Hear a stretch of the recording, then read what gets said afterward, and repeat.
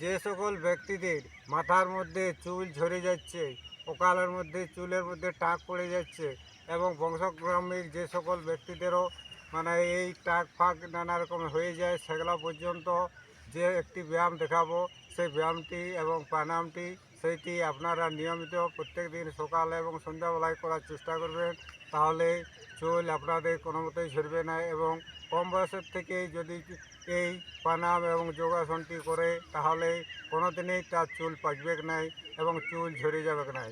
তাই চুলকে সম্পূর্ণরূপে সুস্থ রাখার জন্যে এবং ভালোভাবে রাখার জন্যে এই ভিডিওটি আপনারা শেষ পর্যন্ত দেখার চেষ্টা করুন। আমি কিভাবে করবেন সেটি আমি দেখাচ্ছি।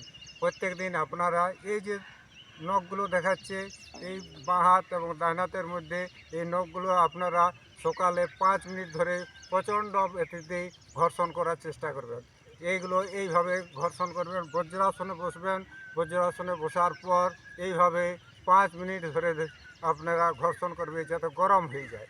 এইভাবে ঘষতে ঘষতে ঘষতে ঘষতে 5 মিনিট পর্যন্ত সকালে 5 মিনিট এবং আস্তে আস্তে করে 6 মিনিট 7 মিনিট এবং 10 মিনিট পর্যন্ত ঘষার চেষ্টা করবেন। তারপরে সন্ধ্যাবেলার দিকেও প্রায় 5 মিনিট থেকে 10 মিনিট এরকম করার চেষ্টা করবেন।